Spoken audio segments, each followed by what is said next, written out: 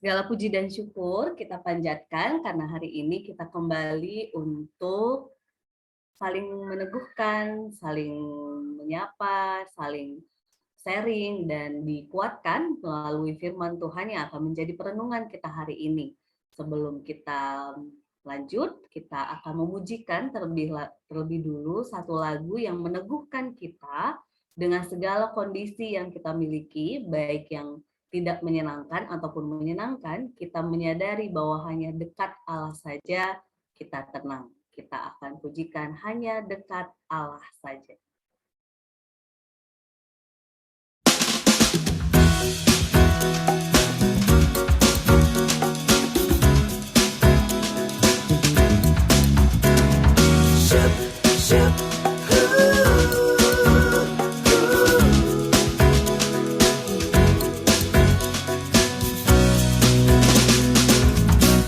Hanya dekat Allah saja aku tenang, daripada nyala keselamatanku. Hanya Dia gunung batuku, hanya Dia kota bentengku. Aku tidak akan goyah selama-lamanya. Hanya dekat Allah saja aku tenang, daripada nyala keselamatanku. Hanya Dia gunung batuku, hanya Dia kota bentengku. Aku tidak akan goyah selama-lamanya.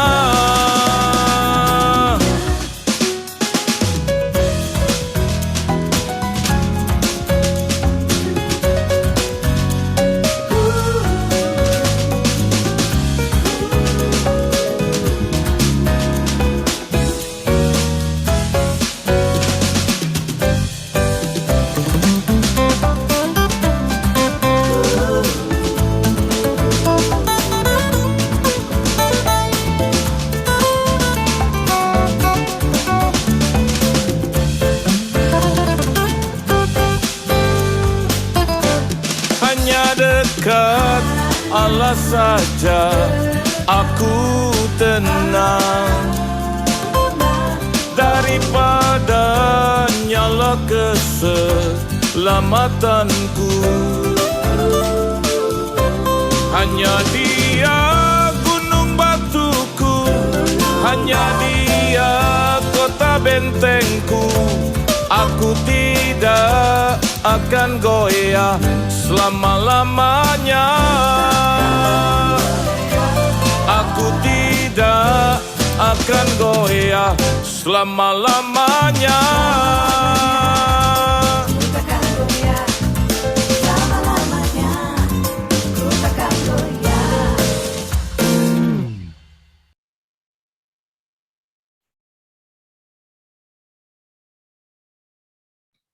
Ya, mari Bapak Ibu yang terkasih dalam Tuhan Yesus Kristus, sebelum kita mendengarkan firman Tuhan dan melakukannya dalam kehidupan kita hari-hari, kita bersekutu di dalam doa. Allah Bapa kami yang bertata di dalam surga, Bapa yang kami kenal dan kami sapa di dalam pribadi Tuhan kami Yesus Kristus.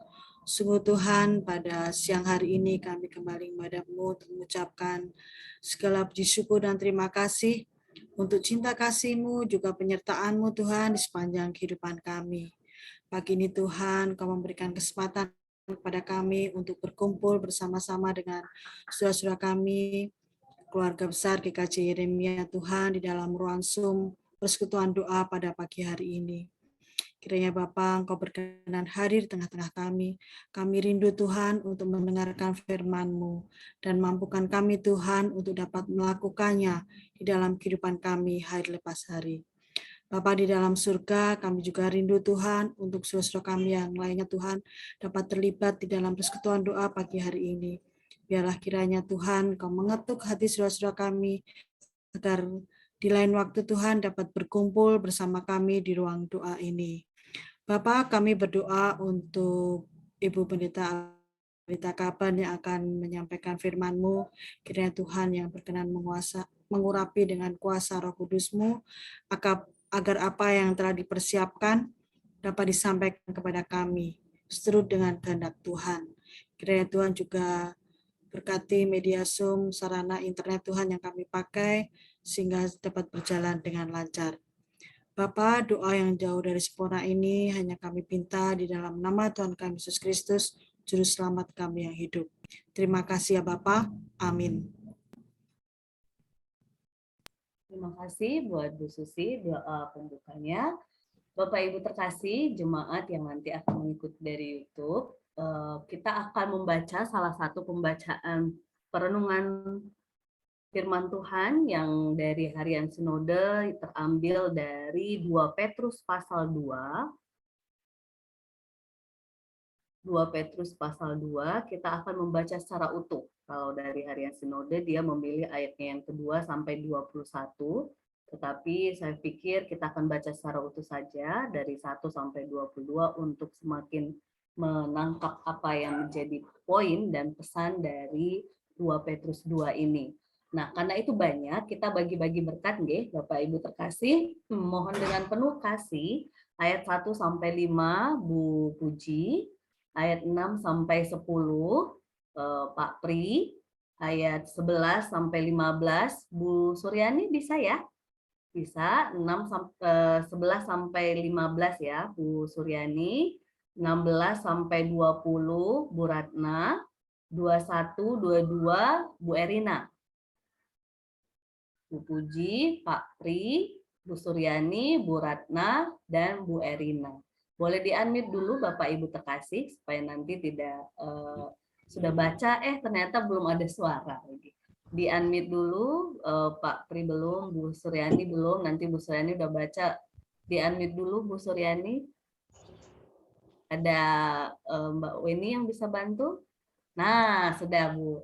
Oke, monggo Ibu terkasih. Petrus pasal Ibu ayat 11 dan 15 nanti ya Bu ya. 2 Petrus pasal berapa Mbak? 2 Petrus pasal 2. Oh ya. 2 Petrus pasal 2. Pasal 11. Surat yang kedua ya Bu, 2 Petrus pasal 2 ayat Ibu kebagian ayat 11 sampai 15 untuk membacakan. 2 Petrus pasal 2 ayat 11. Ya, nanti setelah Pak Pring nggih Bu. Monggo Bu Puji. Ya, 2 Petrus pasal 2 ayat 1 sampai dengan 5. Oh. Kedengaran enggak ya, Mbak? Dengaran jelas Ibu. Ya. Bagaimana nabi-nabi palsu dahulu tampil di tengah-tengah umat Allah, demikian pula di antara kamu akan ada guru-guru palsu. Mereka akan memasukkan pengajaran-pengajaran sesat yang membinasakan, bahkan mereka akan menyangkal penguasa yang telah menebus mereka, dan dengan jalan demikian segera mendatangkan kebinasaan atas diri mereka. Banyak orang akan mengikuti cara hidup mereka yang dikuasai hawa nafsu, dan karena mereka jalan kebenaran akan dihujat. Dan karena serakahnya guru-guru palsu itu akan berusaha mencari untung dari dengan cerita-cerita isapan jempol mereka. Tetapi untuk perbuatan mereka itu hukuman telah lama tersedia dan kebinasaan tidak akan tertunda. Sebab jikalau Allah tidak menyayangkan malaikat-malaikat yang berbuat dosa, tetapi melemparkan mereka ke dalam neraka, dan dengan demikian menyayangkan gua yang gelap sampai iman. Dan jikalau Allah tidak menyayangkan dunia purba, tetapi hanya menyelamatkan Nuh, pemberita kebenaran itu, dengan 7 orang lain ketika ia mendatangkan air bah atas dunia orang-orang yang fasik. Dan jikalau Allah membinasakan kota Sodom dan Gomora dengan api, dan dengan demikian memusnahkannya dan menjadikannya suatu peringatan untuk mereka yang hidup fasik di masa-masa kemudian. Tetapi ia menyelamatkan Lot, orang yang benar, yang terus-menerus menderita oleh cara hidup orang-orang yang tak mengenal hukum dan yang hanya mengikuti hawa nafsu mereka saja. Sebab orang benar ini tinggal di tengah-tengah mereka dan setiap hari melihat dan mendengar perbuatan-perbuatan mereka yang jahat itu, sehingga jiwanya yang benar itu tersiksa.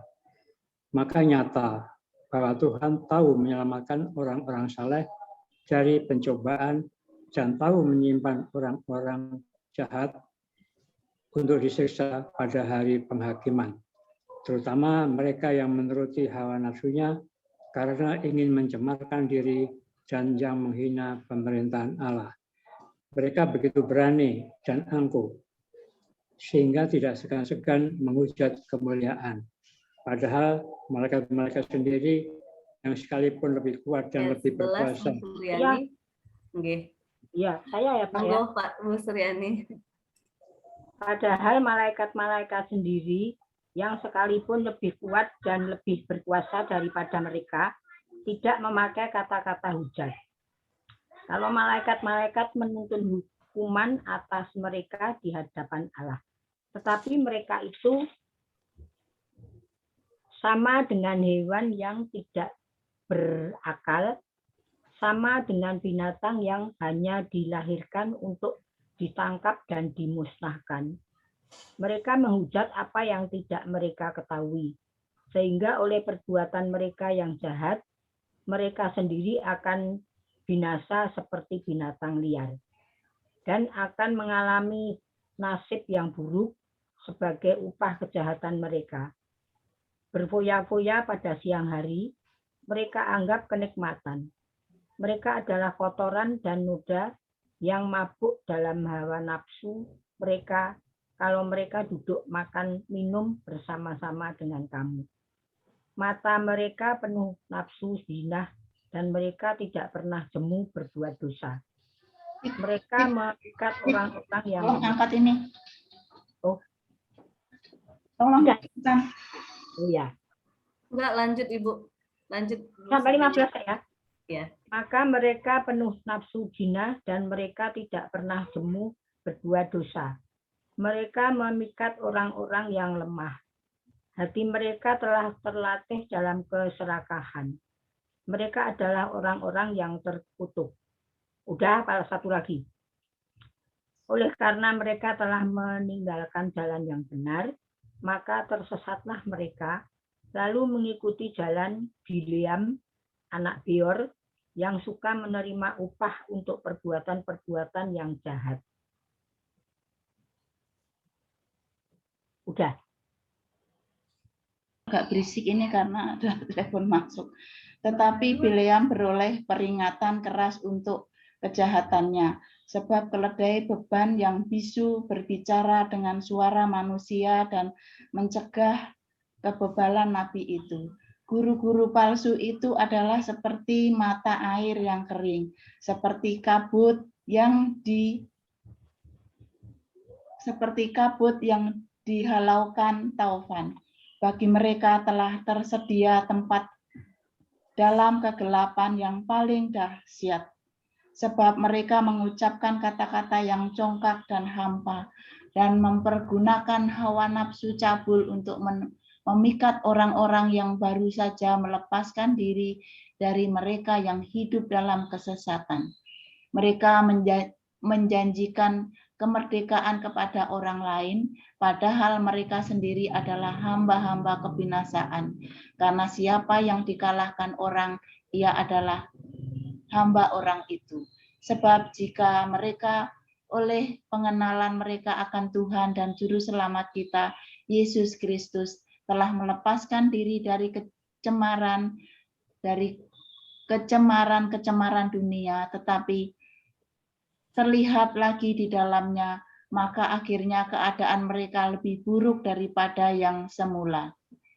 Karena itu bagi mereka adalah lebih baik jika mereka tidak pernah mengenal jalan kebenaran daripada mengenalnya. tetapi kemudian berbalik dari perintah kudus yang disampaikan kepada mereka. Bagi mereka, cocok apa yang dikatakan peribahasa yang benar ini. Anjing kembali lagi ke muntahnya, dan babi yang mandi kembali lagi ke kubangannya. Iya, yang berbahagia adalah setiap kita yang merenungkan firman Tuhan dan melakukannya dalam kehidupan sehari-hari. Jemaat yang dikasih Tuhan, firman yang menjadi pembacaan kita hari ini keras ya. Menurut saya keras, Bapak Ibu terkasih. Karena ada satu kata kunci di sana yang menarik, yang menurut saya, bagi setiap kita yang mengetahui kebenaran, dikatakan adalah baik bagi mereka jika mereka tidak pernah mengenal jalan kebenaran daripada mengenalnya, tetapi kemudian berbalik dari perintah kudus yang disampaikan kepada mereka. Dan diilustrasikan bagi mereka yang sudah tahu tapi masih berbuat dosa, itu seperti anjing yang kembali ke muntahnya dan babi yang kembali ke kubangannya, yang artinya dia jatuh lagi dalam dosa dan hal-hal yang tidak berkenan di hadapan Tuhan. Dan ini jemaat yang dikasih Tuhan, sebenarnya pembacaan kita hari ini itu lebih ingin menegur guru-guru palsu dan mereka yang terbawa oleh ajaran sesat dari guru ataupun orang-orang nabi-nabi yang mengajarkan hal yang tidak berkenan di hadapan Tuhan, yang tidak sesuai dengan kehendak Tuhan. Tetapi pada bagian ini mungkin untuk kalau nabi dan guru palsu ini lebih ke bagaimana kita mengkritisi setiap ajaran, bahkan saya sekalipun Bapak Ibu terkasih, Bapak Ibu harus selalu kritis, apakah ajaran ini sesuai dengan kehendak Tuhan? Apakah ajaran ini benar-benar seperti apa yang diajarkan, yang disampaikan oleh Tuhan Yesus? Jangan-jangan ketika ada banyak pengkhotbah begitu ya, atau yang menyebut diri sebagai penginjil, pendeta dan sebagainya, yang justru bukan untuk memberitahu kebenaran, tetapi memberikan celah-celah untuk umat maklum dengan dosa, untuk umat justru mengejar kenikmatan dunia, dan itu efeknya ke dirinya begitu ya. Yang kita tahu ada gereja-gereja yang kalau dia pengkhotbahnya memang hidup sungguh-sungguh benar dari jemaat, dan dia mengelola segala sesuatunya yang di gereja itu, yang jatuhnya pada kekayaan pribadi seseorang ini gitu ya. Ini real, memang ada guru palsu yang demikian gitu ya. Tetapi juga ada yang memang guru palsu yang kita tahu sendiri bahwa ketika dia memakai kuasanya justru memperalat orang-orang lain, sehingga buatlah bukan kayaknya di kita pun ada, di agama yang lain pun ada, yang akhirnya memperalat kelemahan orang lain dengan akhirnya melakukan pelecehan seksual. Ini yang dimaksud dengan guru-guru palsu yang lebih mementingkan kenikmatan duniawi begitu ya, jemaat yang dikasih Tuhan. Tetapi pada hari ini sebagai jemaat kita diteguhkan untuk selalu menghidupkan alarm diri kita. Saya selalu pakai kata alarm, jemaat yang dikasih Tuhan. Ketika kita cenderung masih memilih sesuatu yang itu bukan kehendak Tuhan, tetapi demi kenikmatan diri kita sendiri dan kenikmatan duniawi, maka kita harus hidup alarm. Wah, ini sebenarnya jangan-jangan saya sedang menuju jalan yang bukan jalan kebenaran, tetapi jalan yang sesat. Karena memang tema minggu ini, seperti firman minggu kemarin, kita memang sedang diarahkan kemanakah hidup kita ini berlanjut. Jalan yang benar, yang seturut dengan kehendak Tuhan, atau jalan yang justru menyimpang dari apa yang menjadi kehendak Tuhan. Nah, jemaat yang dikasih Tuhan, hari ini kembali kita diteguhkan untuk melihat, menahan, dan memaknai setiap penderitaan, setiap kenikmatan yang kita miliki, kemewahan yang kita miliki, dengan terang cinta kasih Tuhan. Di ayat yang ke-8 tadi, dikatakan kepada kita, sebab orang benar ini tinggal di tengah-tengah mereka dan setiap hari melihat dan mendengar perbuatan-perbuatan mereka yang jahat, sehingga jiwanya yang benar itu tersiksa. Jadi kalau kita lihat ayat 8 ini, jemaat yang dikasih Tuhan, kalau kita ternyata sedang berjuang dengan firman Tuhan, kebenaran Tuhan, dan berlaku benar, dan kita merasa tersiksa, kok Mbak Aban, ini nggak ngikut ya Mbak Aban, kok ini begini ya, kok saya sudah mengutarakan yang benar tapi kok nggak didengar, atau mungkin di keluarga, di masyarakat, di gereja gitu ya, kita tersiksa dengan itu, maka ini ternyata real dialami oleh semua pengikut Kristus. Bahwa tantangan kita memang ketika mengikuti jalan yang benar, kita tersiksa, tapi bukan tersiksa secara duniawi dalam arti bahwa kita orang yang dihukum Tuhan, bahwa kita orang yang kalau memang bahasanya surga dan neraka, kita sedang dalam siksa neraka, bukan ya jemaat yang dikasih Tuhan, tetapi tersiksa karena melihat kita harusnya berlaku benar, tapi kok ini yang lain enggak, kita berjuang seolah-olah sendiri, tidak didukung oleh yang lain, dan ini pun real juga bisa terjadi bagi kita yang sama-sama pengikut Kristus. Karena walaupun kita sama-sama pengikut Kristus kan, tapi tidak semua orang yang katanya Kristen benar-benar mau mengikuti apa yang menjadi teladan Kristus. Nah, ini bisa jadi siksaan buat kita. Tetapi selanjutnya firman Tuhan kita hari ini menyatakan bahwa walaupun kita tersiksa dengan berjalan dalam jalan yang benar itu, Tuhan tahu menyelamatkan orang-orang saleh dari pencobaan dan tahu menyimpan orang-orang jahat untuk disiksa pada hari penghakiman. Ini catatan berikutnya yang disampaikan oleh Petrus yang dalam hal ini ingin meneguhkan kita sebagai orang benar, sebagai pengikut Kristus. Kamu tersiksa di dunia ini nggak apa-apa. Kok gambarnya hilang? Kamu tersiksa batin di dunia ini, it's okay. Ibaratnya kalau saya bahasakan sederhananya begitu ya, jemaat yang dikasih Tuhan. Tetapi Tuhan tahu kok nanti yang tersiksa beneran itu siapa gitu ya. Kalaupun kita sekarang tersiksa batin, tersiksa nelongso karena mungkin tidak didengar, atau kita dibenci, atau kita ditolak dan sebagainya, hal-hal yang kita hadapi di dunia ini, tapi Tuhan meneguhkan, sabar. Kamu tersiksa saat ini, tapi sebenarnya kamu berbahagia bersamaku pada waktunya Tuhan. Jadi jemaat yang dikasih Tuhan, ini peneguh buat kita bahwa ketika ada banyak hal yang tampaknya orang senang-senang dengan kemewahannya, nafsunya, tampak mulus segala sesuatunya padahal tidak berlaku benar, tenang, ada waktunya Tuhan. Bagian kita mungkin tidak menghakimi dan sebagainya, kita hanya bagian kita melakukan apa yang menjadi kehendak Tuhan dan terus berjuang sampai akhir hidup kita. Maka jemaat yang dikasih Tuhan, hari ini perenungan, refleksi kita pribadi. Ambil waktu sejenak bersama keluarga mungkin, atau pribadi kita sendiri masing-masing, atau nanti kita yang di Zoom saling sharing menguatkan gitu ya, yang di rumah juga saling sharing menguatkan dengan keluarga.